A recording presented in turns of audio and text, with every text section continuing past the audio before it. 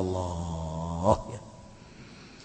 Jadi kesurang jelas atuh guarima instruksi ti Gusti Allah tinu bogana tinu khaliqul makhluk siga geunaheun urang dibangunkeun masjid ku musyrikin horenganan asal siga ngeunaheun urang tararis dibangunkeun ku kafirin horeng salat teh nu kos karar itu teh horenganan boro-boro ngabangun musyrik mah asup ka masjid ge haram hukumna asup ka masjid haram hukumna kafir asup ka masjid haram hukumna non muslim asup ka masjid haram hukumna Masya Allah tuh ngomong ngabangun lamun aya DKM kuarinde kadatangan tamu kemudian tamuna teh kafir hajuna gayakeun acara di masjid haram kafir asup ka masjid bahkan lamun urang ngabangun masjid kemudian aya tukang bas nate non muslim haram masjid dibangun ku tukang bas lain muslim dengekeun ku ceuli sia cuma ngaji beneran ya celina buka bangun pareureum bae heran henteu cenah kiai lah ya kaseueuhan teh nguduk ajan kokomah ge yes ya jadi minantu Allah kabeh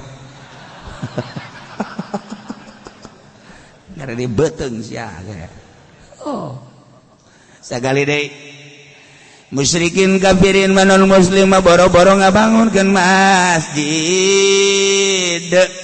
asup ka masjid ge haram lamun DKM ngameunangkeun asup ka masjid ka kafirin tungguan gara modar ge di akhirat dikarebegkeun di neraka Allahumma shalli ala sayyidina Muhammadin wa ala ali sayyidina Muhammad kama shallaita ala kesimpulan nama musyrikin matulah ngabangun masjid teu layak teu bagus teu sayogia bagi kafirin musyrikin anu bebeneran nyana dina kamusyikanana syahidina ala anfusihim bil kufri anu bener-bener ja omonganna ge omongan kafir pagaweanna ge pagawean kafir tingkahna ge tingkah kafir teu layak cek Gusti Allah ngabangun masjid eueuh artina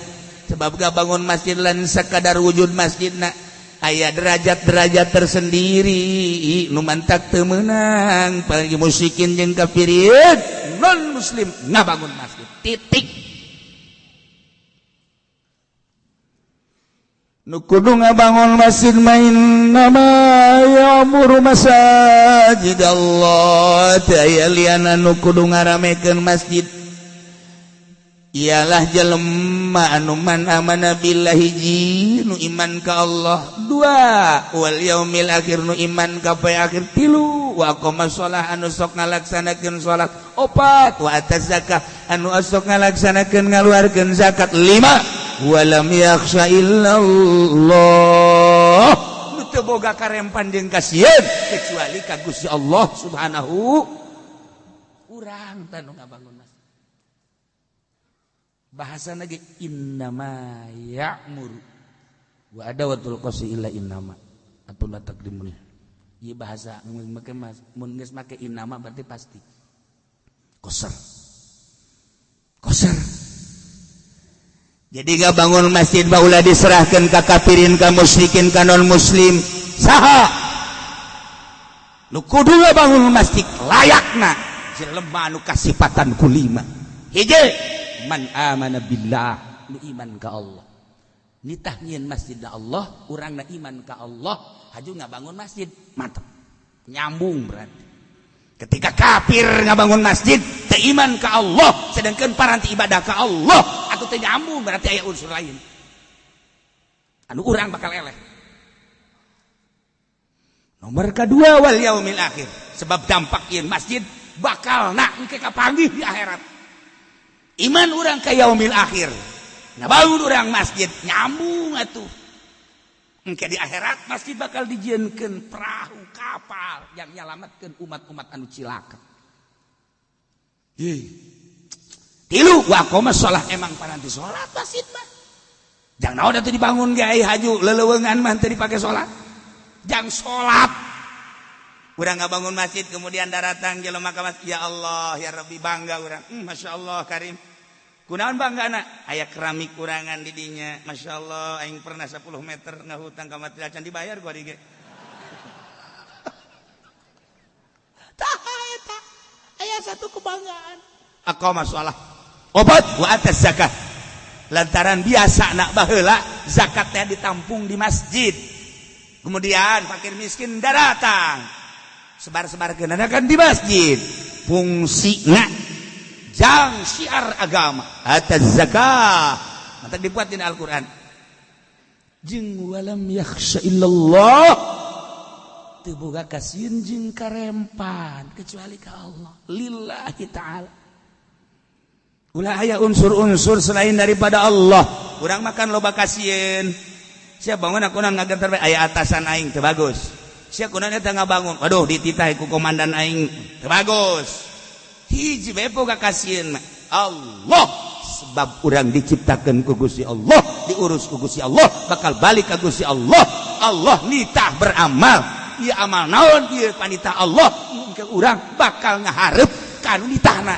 Sieun aing mah lantaran amanah ya diberi amanah ta ilmu dipake naon sia ta ilmu, sia diberi amanah ta umur dipake naon ta sia umur, sia diberi amanah ta dunia dipake naon ta dunia. Emang urang moal dihitung sabaraha taun aing mere umur ka sia salila sia pemuda datang ka paeh teh sabaraha taun digunakeun naon ku sia umur sia. Tah eta tah nu bakal urang bakal ditanya.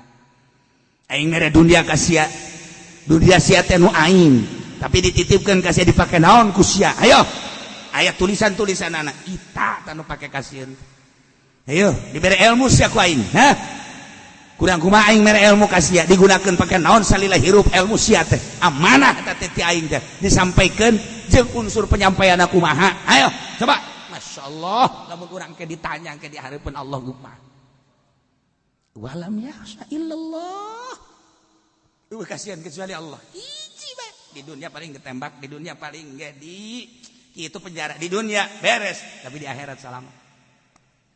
Imam Hanafi mah diseret kita nyaritakeun ngomongkeun bahwa Al-Qur'an jadid bisa Al-Qur'an gadib seret manehanana. Saya seret sidang deui sidang tanya kumaha ieu jadid apa hades qadim apa jadid gadib sakit tugas di kieu-kieu hateup penjara kajeun cek Imam Hanafi. Masyaallah justru di jero penjara Imam Hanafi ngarasakeun kalazatan ketemu jeung Allah Subhanahu wa taala. Eta mah hanya sabab di jero penjara terasingnya jeung makhluk-makhluk. Nikmat poregadan di penjara teh. Bisa wusul ilallah. Bisa ningali ka Allah ku mata hate. Ya Karim Allah. Nah, mantap ieu masjid nu ngabangunna urang sebagai mukmin. Sakumaha tadi keistimewaan masjid anu luar biasa. Lamun jelema boga dunia kemudian haju siap ngabangun masjid terutama di pinggir jalan. Di pinggir jalan. Jelema ngabangun masjid di pinggir jalan kemudian jelema lewat pas waktu salat terus nyana salat di dinya eta mah geus teu kudu caritakeun buanjana nu buadana nu wah eta mah carita. Nyadiakeun sarana salat di pinggir jalan saha anu liwat butuh salat geus. Wah pohara jasa. Ya Allah. Pohara jasa. Tuh. Gaya jelema peting-peting jam 12 kahujanan. Aju manehna teh anu leuwih mah nu sugih, hajunya nah hayang endong keketrok ka imah nu sugih, ketrok. Siapa nu sugih? Saya. Ada apa ini saya kehujanan? Oh iya. Saha? Ulah. Terus bae bari dibuka ke lawang. Saha sih sabenerna? Hayang dihormat jana. Ulah minantu Allah. Beuh pohara amat. setengah kiai jelema gitu tah. Setengah kiai. Saha sia? Ulah minantu Allah. Maksudna mah yang dihormat abeh datang ke jero teh dibere kamar nu bagus, kasur nu bagus, minimal atuh bere dahar heula kan minantu Allah ngaranna ge atuh. Oh pohara. Oh sia minantu Allah. Tungguan. Tungguan mukakeun lawang. Dicekel we leungeun. Hayo tadi ka imah Allah sia. Pan dibawa ka mana? Sia minantu Allah. Dibawa ka masjid. Tak asupkeun dikunci. Tah imah Allah tah sia. Nu sugihna sableng meureun teh nya. Sial tadu sugih. Tinggal eta we setengah kiai di masjid atuh kieu mah aing teu kudu kanyana cek jangan teh. Bisa asup sorangan. Yo tungtung tiris bae di masjid banjana. Hujan gede bannya tiris ban salah ngomong aing. Dek sok-sokan tadi mah abeh pajar wali meureun gitu. Sagada minantu Allah, atuh dibere ka imah Allah. Tungtung nama atuh isuk-isuk nyeri beuteung bae. Kapagi jeung nu sugih teh hakan ta minantu Allah teh. Sia ai ka aing ulah sok sambarangan. Tah jadi urang ulah sok sambarangan ngomong. Masyaallah. Ta eta masjid. Kumaha jelema nu ngabangun masjid.